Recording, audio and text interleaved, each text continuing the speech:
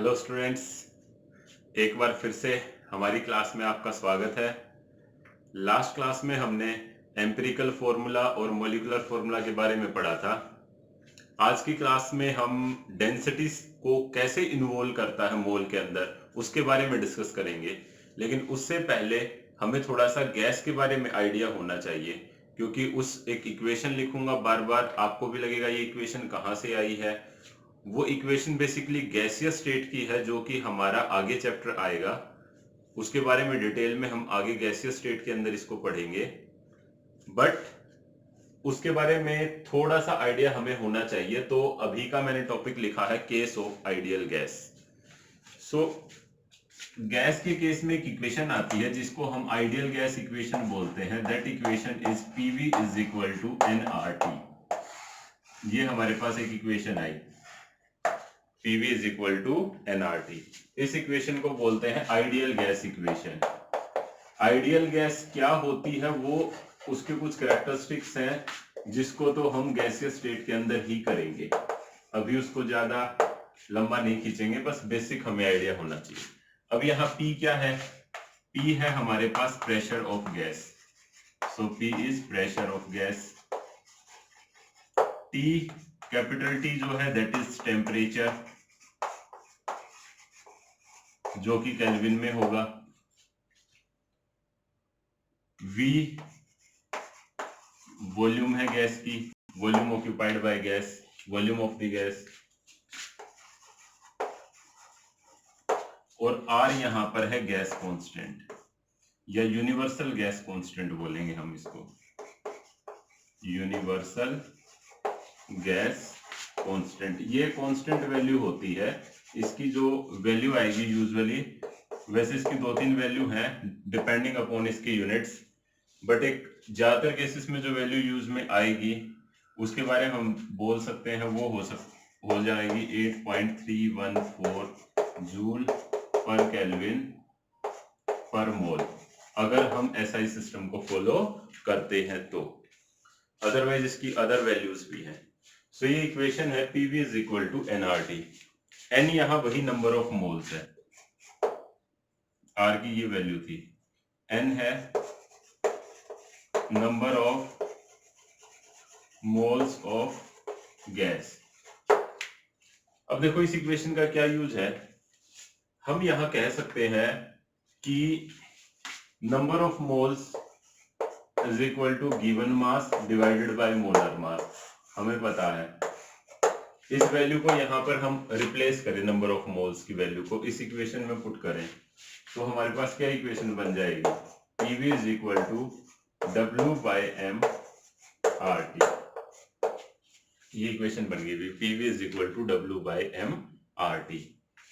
और PM is equal to weight upon volume RT। हमने क्या किया, मोलर मास को इधर ले गए, वॉल्यूम को इधर ले आए। So PM is equal to W by VRT। और वेट अपॉन वॉल्यूम को हम क्या बोलते हैं? डेंसिटी। सो इसको लिख देंगे हम PM is equal to DRT। So ये एक इक्वेशन आई है जो हमने आइडियल गैस से थोड़ा डिराइव की है।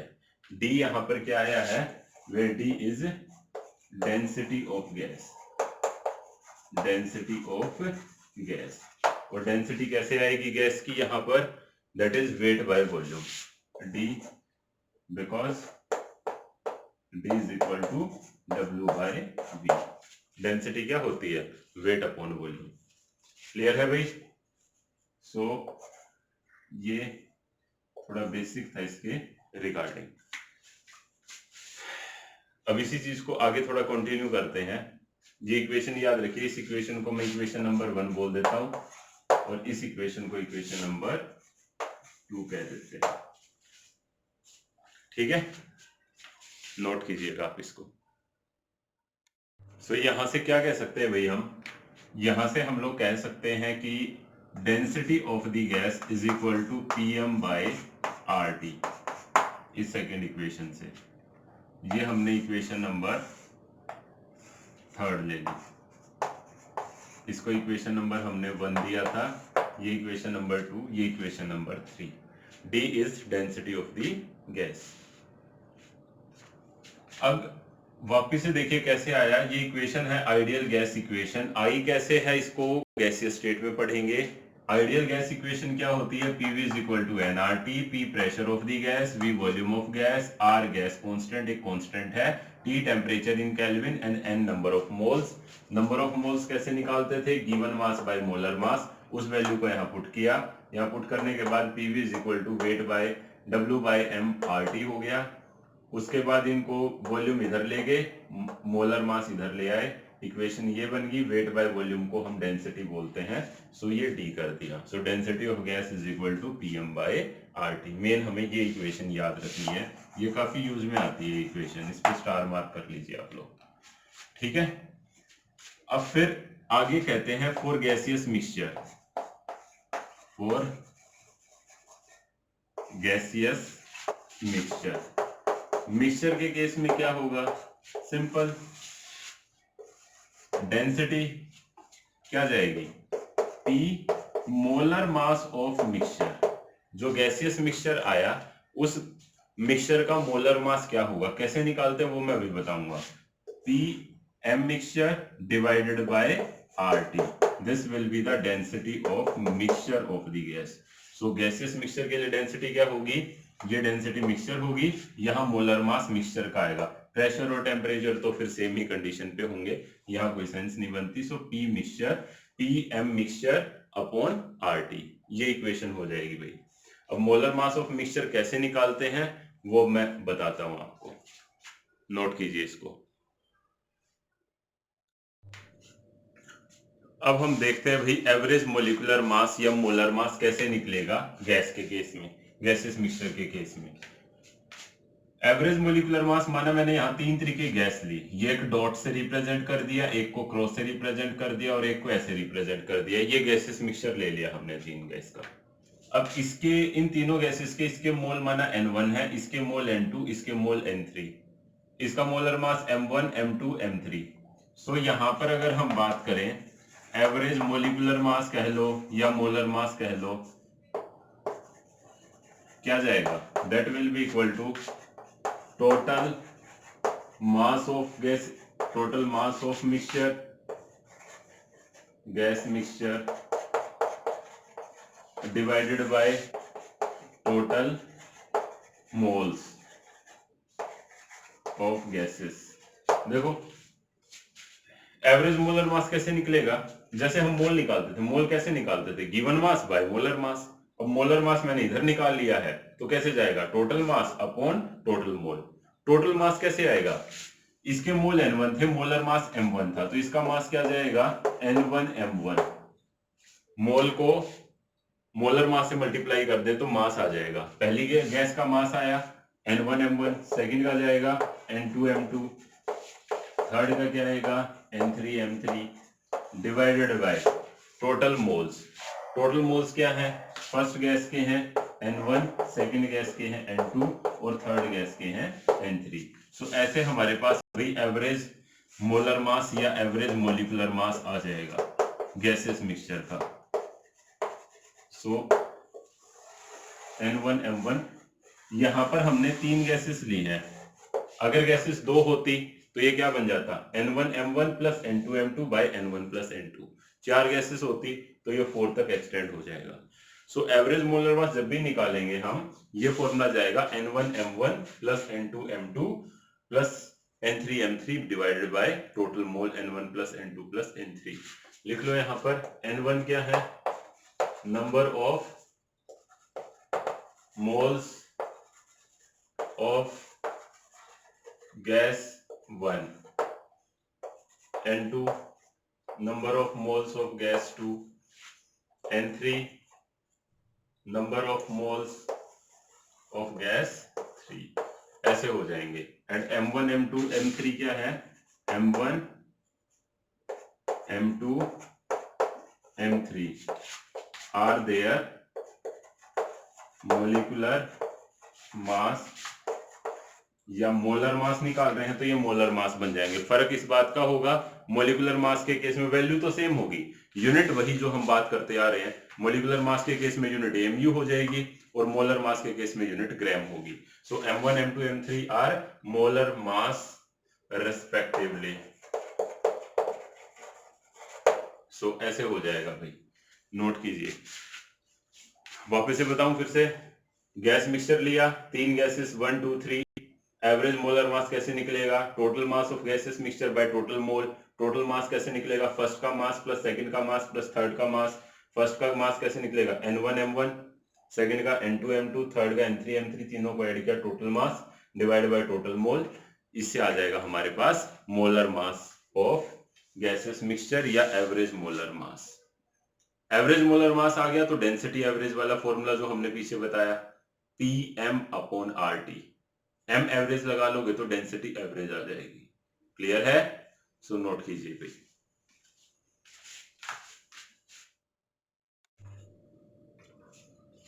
एक क्वेश्चन करते हैं भाई इसके ऊपर, एवरेज मोलिकुलर मास पे। Calculate average molecular mass of polluted air that contain 16% oxygen, 80% nitrogen, 3% carbon dioxide and 1% sulphur dioxide by moles. मतलब इतने मोल्स दिए हैं, मोल की परसेंटेज है तो इसको एज ए मोल आप ट्रीट कर सकते हो। सो यहां पर अगर हम देखें तो एवरेज मोलिकुलर मास, एवरेज मोलिकुलर मास क्या जाएगा, वही formula N1 M1 plus N2 M2 plus 4 gas है N3 M3 plus N4 M4 divided by N1 plus N2 plus N3 plus N4, ऐसे हो जाएगा। N1 कितना दिया है, 16% ऑक्सीजन, बाय मोल्स बोले हैं भाई, यही मोल्स हैं, 16 मोल हो गए। और ऑक्सीजन का मोल मोलिकुलर मास कितना लेंगे हम, 32 प्लस 80 हो गए नाइट्रोजन के, मोलिकुलर मास N2 का कितना आएगा, 28, ऐड कर लेना। 3% कार्बन, 3 कार्बन के हो गए मोल्स, 3 कार्बन डाइऑक्साइड के हो गए, और CO2 का अगर मोलिकुलर मास हम निकालेंगे, टोटल ऐड कर लो, that will be 44 plus 1 into sulphur dioxide that is SO2। Sulphur dioxide किसको बोलते हैं, SO2 को। ऐड करोगे 32 प्लस 16 इंटू 2, ये 64 हो जाएगा, डिवाइडेड बाय टोटल मोल्स कितने हो गए हैं, टोटल मोल्स हमारे पास, ये सब ऐड कर दो, 16 प्लस 80 प्लस 3, ये 100 मिलेगा अपने पास, 3 प्लस 1 दैट इज 100। सोल्व कीजिएगा आप इसको। सो हमारे पास जो एवरेज मोलिकुलर मास यहां से कैलकुलेट करने के बाद आएगा, दैट विल बी 29.48। क्लियर है भाई? सिंपल से क्वेश्चन है, क्वेश्चन बनता है इसके ऊपर, कोई ज्यादा कॉम्प्लिकेटेड क्वेश्चन इसका नहीं बनता है। सो इसको नोट कीजिएगा भाई आप लोग।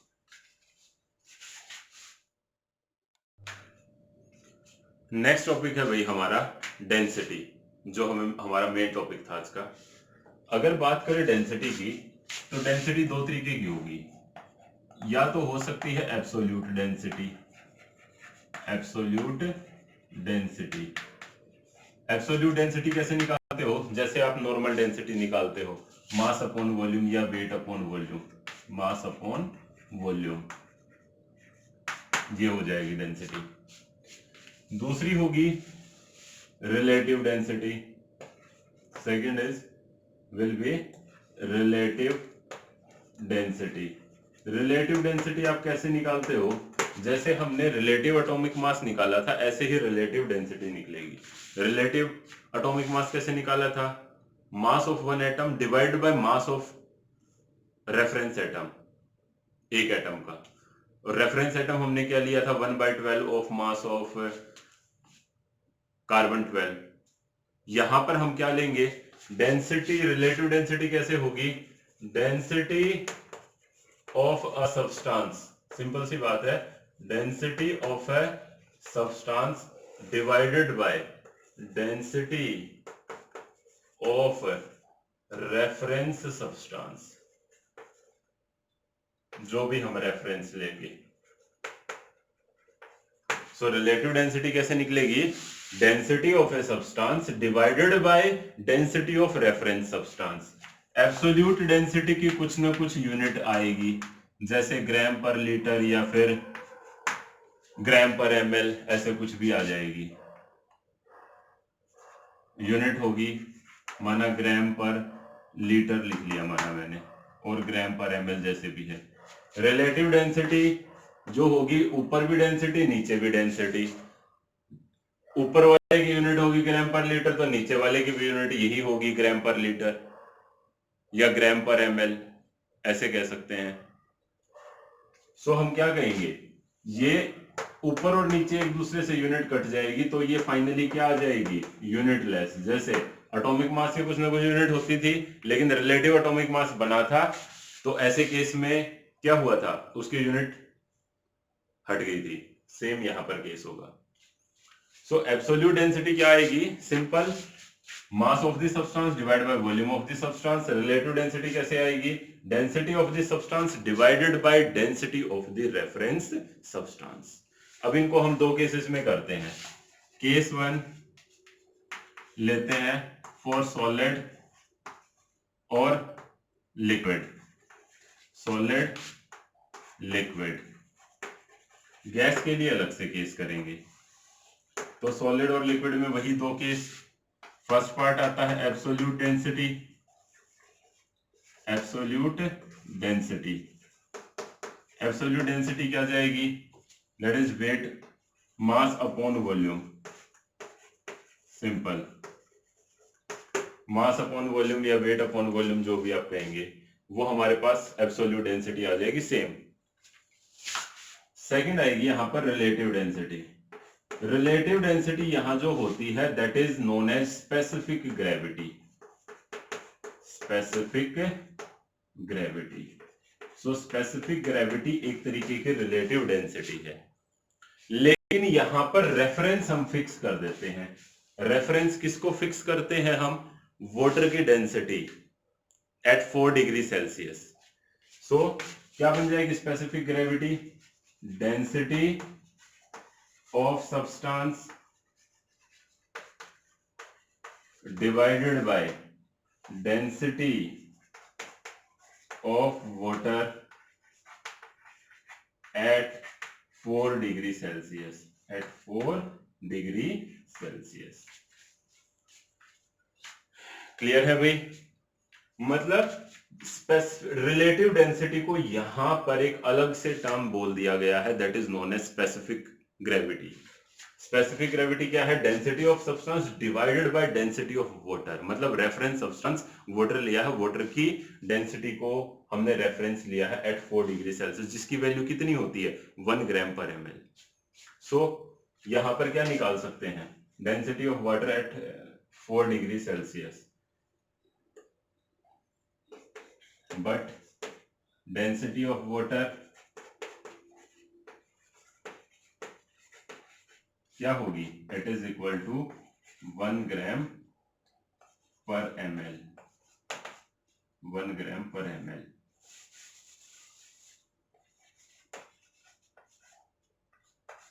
ऐसे हो जाएगी भाई। अब देखो इस चीज का यूज क्या है, स्पेसिफिक ग्रेविटी का, माना उसको किसी सब्सटेंस की डेंसिटी नहीं देनी है आपको, थोड़ा सा कंफ्यूज करने के लिए, ये सिर्फ टर्म आपको कंफ्यूज करने के लिए दी है। अगर आपको किसी सब्सटेंस की डेंसिटी उसने नहीं देनी है, थोड़ा क्वेश्चन को कॉम्प्लिकेट करना है, तो वो डेंसिटी देने की बजाय आपको कहेगा स्पेसिफिक ग्रेविटी की वैल्यू इतनी है। स्पेसिफिक ग्रेविटी आपके पास आ गई तो डेंसिटी ऑफ सब्सटेंस आप तुरंत निकाल सकते हो, density of the substance divided by density of water, और वाटर की डेंसिटी आप कितनी रख लोगे 1 ग्राम पर ml। वैल्यू पुट करके देखते हैं क्या आंसर आता है। देखिए देखो वैल्यू पुट करते हैं अब हम, specific gravity is equal to density of substance divided by density of water. Density of water की वैल्यू कितनी है 1 ग्राम पर ml। 1 ग्राम पर ml। यहां से हमारे पास आई density of the substance,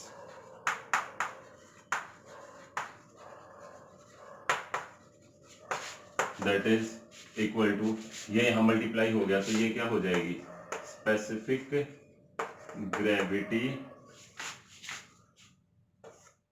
into 1 ग्राम पर ml। देखो भाई, इस चीज का क्या यूज है, ध्यान से समझिए। इस बात का ये यूज है, किसी भी सब्सटेंस की डेंसिटी आप कैसे निकाल सकते हो, स्पेसिफिक ग्रेविटी को 1 ग्राम पर ml से मल्टीप्लाई कर दो। मतलब साफ सा है। एग्जांपल देखिए, अगर मैं कहूं इफ ए सब्सटेंस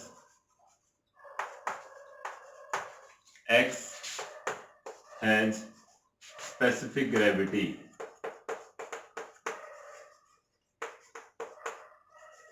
1.8, यूनिटलेस होगी या स्पेसिफिक ग्रेविटी? यूनिटलेस किस लिए होगी? Because it is a relative density. If a substance x has specific gravity 1.8, then density of substance क्या होगी? Density of substance will be, देखिए वैल्यू बिल्कुल सेम जाएगी। Density of substance will be कितनी होगी? 1.8 ग्राम पर ml। मतलब हम यहां कह सकते हैं जो स्पेसिफिक ग्रेविटी होगी वही उस सब्सटेंस की डेंसिटी होगी। फर्क इस बात का है, स्पेसिफिक ग्रेविटी में आपको कोई यूनिट नहीं मिलेगी और डेंसिटी की कोई ना कोई पर्टिकुलर यूनिट होगी, और यहाँ डेंसिटी की जो यूनिट होगी दैट विल बी ग्राम पर ml। तो इसका यूज ये है, न्यूमेरिकल में जब भी आपको स्पेसिफिक ग्रेविटी दे, आप उसको एज ए डेंसिटी ट्रीट कर लेंगे और यूनिट उसकी ग्राम पर ml लेंगे। मतलब किसी सब्सटेंस की स्पेसिफिक ग्रेविटी उसने 2 दी तो सब्सटेंस की डेंसिटी कितनी होगी? 2 ग्राम पर ml। किसी सब्सटेंस की स्पेसिफिक ग्रेविटी 3.5 दी तो उसकी डेंसिटी कितनी होगी? 3.5 ग्राम पर ml। सो जो स्पेसिफिक ग्रेविटी है वही सेम डेंसिटी आएगी।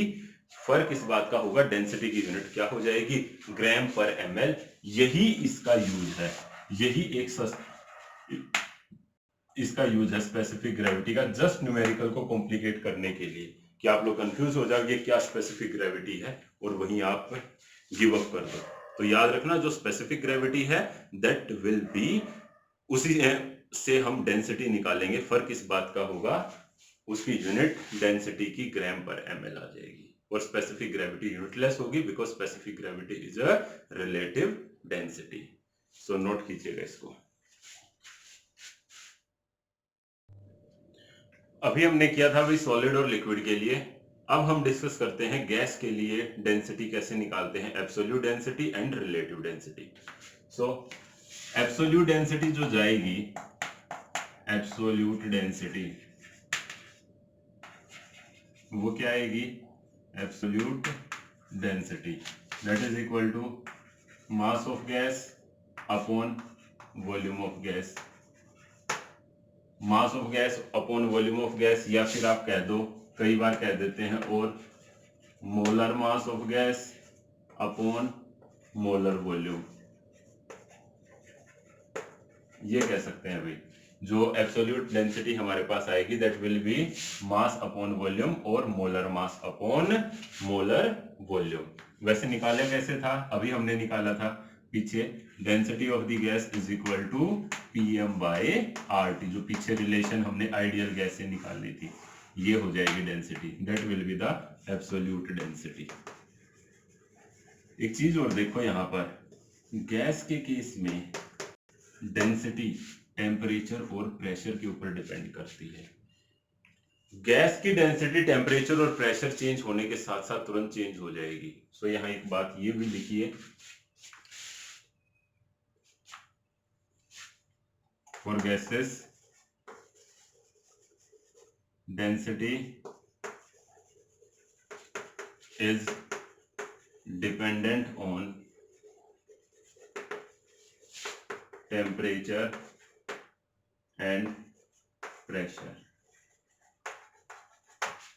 गैस के केस में टेम्परेचर और प्रेशर के ऊपर अच्छी खासी डिपेंडेंसी है, अच्छी खासी, मतलब टेम्परेचर प्रेशर चेंज करने से गैस की डेंसिटी पे काफी फर्क पड़ेगा। सो मेन डिपेंडेंसी यहां दिखाते हैं टेम्परेचर और प्रेशर के साथ। ऑल्दो टेम्परेचर के साथ डेंसिटी हमारे पास लिक्विड वगैरह की भी कुछ ना कुछ सफल करती है, बट वो बहुत कम चेंज आएगा। लेकिन यहाँ पर ज्यादा चेंज आता है। सो मेन करते हैं हम गैस केस में, density is dependent on temperature and pressure. ये हमारे पास यहाँ एब्सोल्यूट डेंसिटी थी। अब हम इसके अंदर देखते हैं रिलेटिव डेंसिटी क्या आएगी, नोट कीजिए इसको। सो सेकंड डेंसिटी है भाई एब्सोल्यूट डेंसिटी के बाद यहाँ रिलेटिव डेंसिटी। रिलेटिव डेंसिटी यहाँ बोलते हैं vapour density, vapour density VD, काफी कॉमन है ये वेपर डेंसिटी, और ये बहुत ही ज्यादा इंपॉर्टेंट है, इसका सबसे ज्यादा यूज आएगा। Vapour density is a relative density, वही सेम। सॉलिड्स लिक्विड के केस में रिलेटिव डेंसिटी को हम स्पेसिफिक ग्रेविटी बोल देते थे, गैस के केस में रिलेटिव डेंसिटी को हम वेपर डेंसिटी बोल देते हैं। जस्ट वेपर डेंसिटी क्या जाएगी, density of a gas divided by reference. देखिए रेफरेंस यहां मेनली हम लेते हैं hydrogen gas, divided by density of hydrogen gas, hydrogen gas.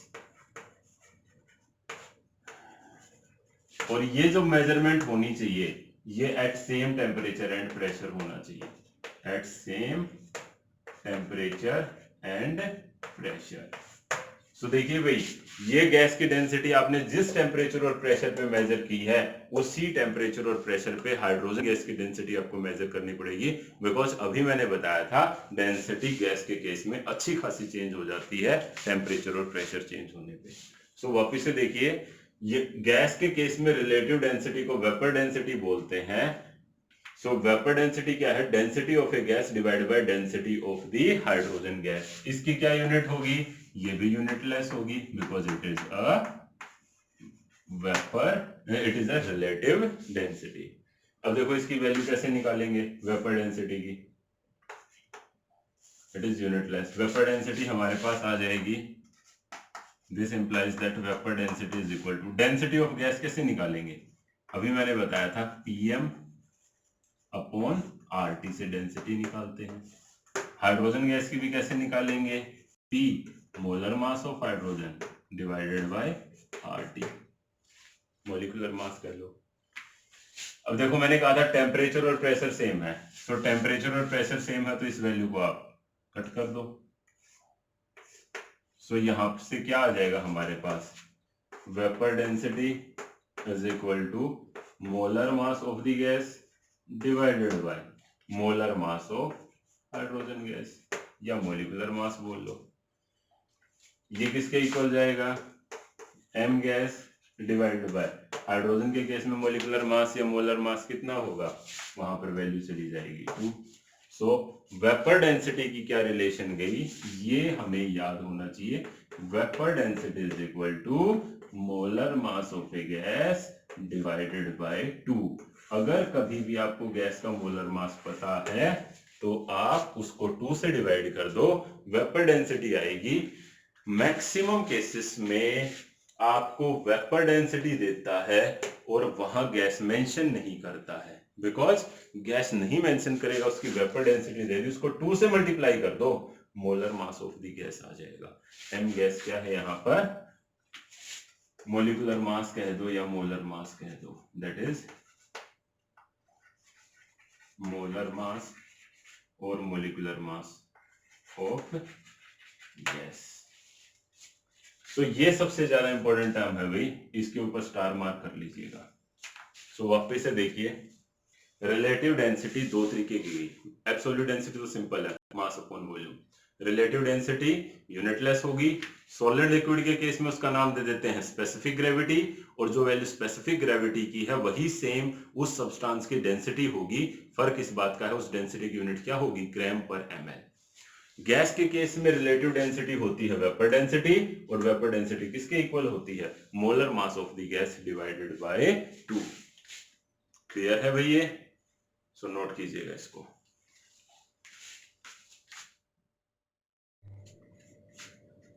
अब गैसेस मिक्सचर के लिए हम वेपर डेंसिटी निकालते हैं भाई। माना हमने ये मिक्सचर ले लिया, इसमें 2 गैसेस हैं, अब 3 की बजाय 2 ही गैसेस ले ली, 3 भी ले सकते हो आप लोग। सो वेपर डेंसिटी क्या जाएगी यहां पर, vapour density of the mixture is equal to molar mass of the mixture divided by 2 या molar mass average divided by 2, molecular mass भी कह सकते हो। और इसको एवरेज मोलिकुलर मास या मोलर मास आप कैसे निकालते हो, मैंने बताया था आपको, N1M1 प्लस N2M2, सबसे पहला जो टॉपिक किया था, क्या होगा, half of N1M1 plus N2M2 upon N1 plus N2, ये हो जाएगा। इसको सोल्व करो, half of N1 upon N1M1 upon N1 plus N2, इसको जस्ट थोड़ा एक्सपेंड कर लिया, plus half of N2M2 upon N1 plus N2। अब एक बात सुनिए, एक टर्म होती है मोल फ्रैक्शन। मोल फ्रैक्शन क्या होती है, किसी भी सब्सटेंस के मोल डिवाइड बाय टोटल मोल, उसको काय से या फिर एक्स से रिप्रेजेंट करते हैं। Mole fraction of 2 second gas कैसे होंगे, सेकंड गैस के mole divide by total mole. So कैसे जाएगा, यहां पर ये वैल्यू क्या हो जाएगी, हाफ ऑफ, ये वाली वैल्यू होगी x1 mole fraction, x1M1, N2M2 क्या हो जाए, N2 upon N1 plus N2 क्या हो जाएगा, that is mole fraction x2M2, ये हो जाएगा भाई। So vapour density of the mixture क्या आ जाएगा हमारे पास, half of x1M1 plus half of x2M2, ये हमारे पास फॉर्मूला हो जाएगा मिक्सचर के लिए। कहां से वैल्यू आई है, बिकॉज लिख लेना, because x1 is equal to N1 upon N1 plus N2 and x2 equal to N2 upon N1 plus N2। ये मोल फ्रैक्शन होते हैं, इनको आगे लास्ट टॉपिक जो होगा इस चैप्टर का उसमें थोड़ा सा डिटेल में डिस्कस करेंगे, तो इस चीज को लिख लेना, this is mole fraction. Mole fraction किसी भी एक सब्सटेंस के mole divide by total mole, that is known as mole fraction. तो फाइनली देखिए वेपर डेंसिटी ऑफ मिक्सचर कैसे निकाली, molar mass of mixture divide by 2, average molecular mass या molar mass divide by 2। Average कैसे निकालते थे, N1M1 plus N2M2 upon N1 plus N2। इसको थोड़ा सा इक्वेशन को खोल लिया हमने और इस वैल्यू को मोल फ्रैक्शन के इक्वल पुट कर दिया। सो फाइनली हमारे पास क्या आ गई, vapour density of the mixture. Clear है, नोट कीजिए। अब वेपर डेंसिटी के ऊपर बेस्ड कुछ क्वेश्चंस करते हैं भाई हम। सबसे पहला क्वेश्चन देखिए, a gas is found to have the formula COX, its vapour density is 70, find the value of x। कैसे करेंगे, हमें पता है molar mass of the gas is equal to 2 into vapour density, molar mass कह दो, molecular mass कह दो, 2 into vapour density कितनी दी है 70, दैट इज 140। तो जो मोलिकुलर मास आएगा गैस का वो हो गया 140। अब मोलिकुलर मास कैसे निकालोगे इस गैस का, कार्बन का होता है 12 और ऑक्सीजन का 16, 12 प्लस 16, सो 12 प्लस 16 हो गया 28, 28 x is equal to 140, x solve करोगे तो वैल्यू क्या आ जाएगी 5, बिकॉज इसका मोलिकुलर मास कितना आ जाएगा, ये हो गया 28 इंटू एक्स, तो 28x और ये वैल्यू कितनी आई है 140, पुट किया तो x की वैल्यू कितनी आ जाएगी 5। क्लियर है, सो नोट कीजिए इसको। नेक्स्ट क्वेश्चन है भाई इसके ऊपर based, calculate vapour density of a gaseous mixture containing 4 mole hydrogen and 1 mole oxygen. So mole दिए हैं, मैंने बताया था फॉर्मूला क्या जाएगा हमारे पास, हम कह सकते हैं यहां से vapour density of mixture is molar mass of mixture divided by 2। Molar mass of mixture क्या होगा, N1M1 प्लस N2M2, दो ही गैस है, divided by N1 plus N2, value put करो। N1 कितना है 4, हाइड्रोजन के लिए वैल्यू मोलिकुलर मास 2 हो गया, N2 है 1, मोलिकुलर मास ऑक्सीजन का 32 डिवाइडेड बाय 4 + 1 5। इसको सोल्व करेंगे तो हमारे पास जो वैल्यू जाएगी दैट विल बी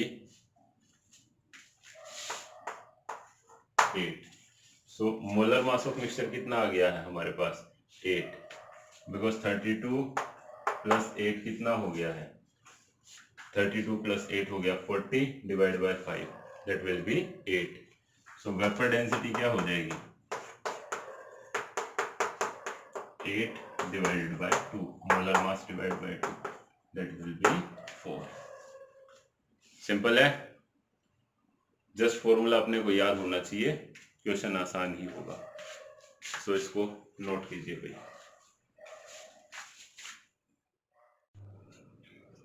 एक और लास्ट क्वेश्चन देखते हैं भाई इसके ऊपर, ये थोड़ा अच्छा क्वेश्चन है। क्वेश्चन देखिए, vapour density of a gaseous mixture containing NO2 and N2O4 is 34.5, calculate the mole fraction of NO2 in the mixture. Mole fraction वाला फॉर्मूला मैंने ड्राइव करवाया था आपको, अभी याद हो तो इसको देखो क्या जाएगा, वेपर डेंसिटी ऑफ मिक्सचर क्या निकलवाया था formula, half of x1m1 plus half of x2m2, ये था फॉर्मूला हमारे पास। अब हम सपोज कर लेते हैं, late mole fraction of NO2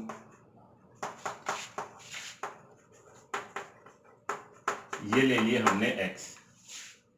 so mole fraction of N2O4, एक बात याद रखिए, सुनिए, सम ऑफ मोल फ्रैक्शन जो होगा that is always equal to 1। अगर दो गैस हैं तो उनके मोल फ्रैक्शन का सम 1 के इक्वल होगा, कहीं 3 है तो उनके मोल फ्रैक्शन का सम 1 के इक्वल होगा। तो यहाँ पर दो ही गैस हैं, एक के मोल फ्रैक्शन अगर x एज्यूम कर लिए तो दूसरे के मोल फ्रैक्शन कितने आएंगे 1 - x, because sum of mole fraction कितना होता है equal to 1। So value put कीजिए यहाँ, वेपर डेंसिटी ऑफ मिक्सचर दिया ही है that is 34.5 is equal to half of x1 हमने x ले लिया, और मोलर मास NO2 का, नाइट्रोजन का 14 और ऑक्सीजन का 16 × 2 32, तो ये यहां पर हो जाएगा 46। So half of x × 46 plus half of 1 - x × N2O4, N2O4 का कितना हो जाएगा 92 मोलर मास। वैल्यू पुट की है, x1 की जगह x कर दिया, मोलर मास 46, और सेकंड में x2 की जगह 1 - x और मोलर मास 92। सोल्व करेंगे तो यहाँ जो x की वैल्यू आएगी, अगर इसको सोल्व करेंगे तो x की वैल्यू आएगी, x will be equal to 0.5, x की वैल्यू 0.5 आएगी और यही हमारे मोल फ्रैक्शन होंगे। क्लियर है भाई? सो NO2 के मोल फ्रैक्शन कितने आ जाएंगे हमारे पास 0.5। सिंपल फॉर्मूले में वैल्यू पुट करनी है। सो आज की क्लास को यहीं पर वाइंड अप करने से पहले एक बार देख लेते हैं कि क्या क्या हमने किया था। आज हमने सबसे पहले स्टार्ट किया एवरेज मॉलिक्यूलर मास को कैसे निकालते हैं, वो हमने देखा। उससे पहले थोड़ा सा आइडियल गैस इक्वेशन के बारे में हमने देखा कि भाई आइडियल गैस इक्वेशन क्या होती है, PV = nRT। उससे हमने डेंसिटी ऑफ गैस निकाली PM/RT, मोलर मास एवरेज निकाला N1m1 + N2m2 + N3m3 upon N1 + N2 + N3। उसके बाद डेंसिटी पड़ी, दो तरीके की density, absolute density, relative density. Absolute density की यूनिट होगी, रिलेटिव डेंसिटी यूनिटलेस होगी। यूनिट एब्सोल्यूट डेंसिटी कुछ भी हो सकती है, ग्राम पर ml या फिर kg पर लीटर, वो डिपेंड करेगा क्या है, लेकिन रिलेटिव डेंसिटी यूनिटलेस होगी। अब रिलेटिव डेंसिटी दो तरीके की होती है, मेनली सॉलिड लिक्विड के केस में रिलेटिव डेंसिटी को क्या बोलते हैं हम, स्पेसिफिक ग्रेविटी। और अगर बात करें गैस के केस में रिलेटिव डेंसिटी को क्या बोलते हैं, वेपर डेंसिटी। और वेपर डेंसिटी और मोलर मास में क्या रिलेशन आई, vapour density is equal to molar mass of gas divided by 2। और अगर किसी भी सब्सटेंस की स्पेसिफिक ग्रेविटी दी है तो उस सब्सटेंस की डेंसिटी उतनी ही होगी, वैल्यू सेम होगी उसकी न्यूमेरिकल वैल्यू, बट उसकी यूनिट ग्राम पर ml होगी। क्लियर है भाई? सो आज की क्लास को यही वाइंड अप करते हैं, बाकी फिर नेक्स्ट क्लास के अंदर कंटिन्यू करते हैं आगे। Thank you.